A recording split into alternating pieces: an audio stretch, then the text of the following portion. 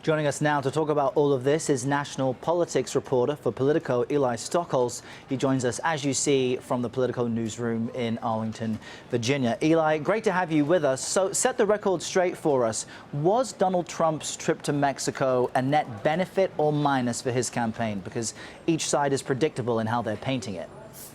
Well, I think you can say that Hillary Clinton is right in the case that she's making, and also say that it was a net positive for Trump, because with Donald Trump on the international stage with diplomacy, the bar is very, very low. And so just standing there next to the Mexican president for a few minutes made him look more credible to a lot of people than he has to date.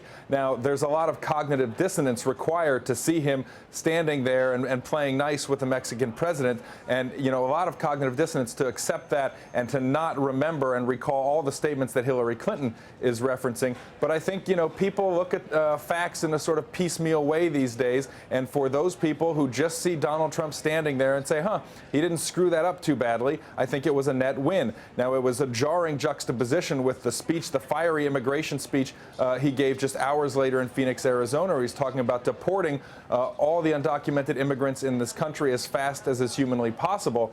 And I think, Hillary Clinton is making a cohesive argument in laying all that out. She is, of course, devolving into the Donald Trump political discourse when she and John Podesta, her campaign chairman, start out by trying to go Donald Trump by using his sort of vocabulary and language, saying that he choked. And obviously Trump this morning a natural at spinning that right back at her. Eli, some election experts say that whoever is leading in the polls ahead of Labor Day tends to be the winner in past elections. We know there's a new CNN poll out this morning. It actually shows Trump leading Clinton by 2 points nationally, but Clinton is still leading in battleground states. What's more important at this point? Is it important that her battleground game state is up, or is it important that Trump is ahead in these national polls?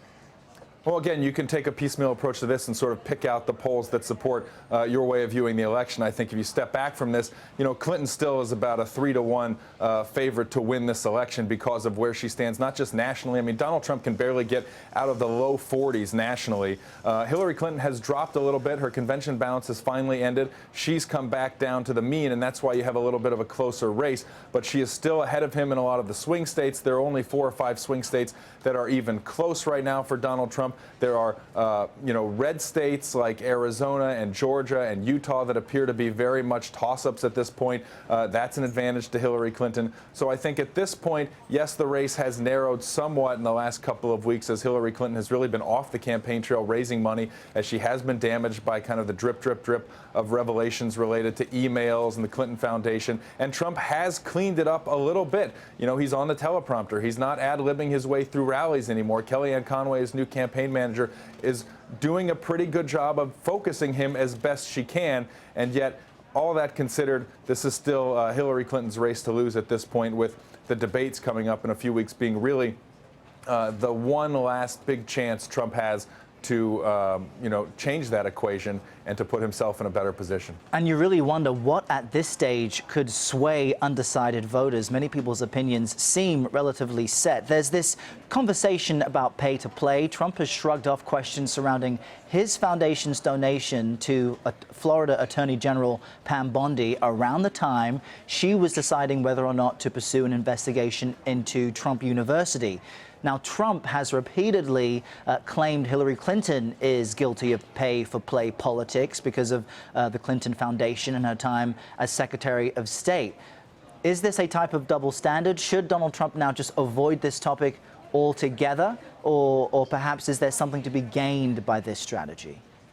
It's a clear double standard. I mean, he paid a fine to the IRS for doing this. There's more evidence damning Donald Trump on this of contributing $25,000 to a state attorney general who then, ended an investigation into Trump University weeks later. This just a couple years ago. And this is from a candidate who has a history of corruption, whether it's Trump University being a complete scam, whether it's bankrupting casinos and leaving, investors totally hung out to dry there, whether it's, the not paying contractors. There are myriad examples of him just sort of not paying the last last 15-20% of contracts and saying, well, sue me. So and more than that, I mean, this is a candidate who began his campaign bragging about how he used to engage in pay-to-play politics by basically saying, you know, I know how this works because I used to do it. Why do you think the Clintons came to my wedding? Because I wrote them a check. Well, here's evidence that, you know, it looks like he had to pay a fine. It's unclear whether that investigation would have gone forward on its own, but it is a question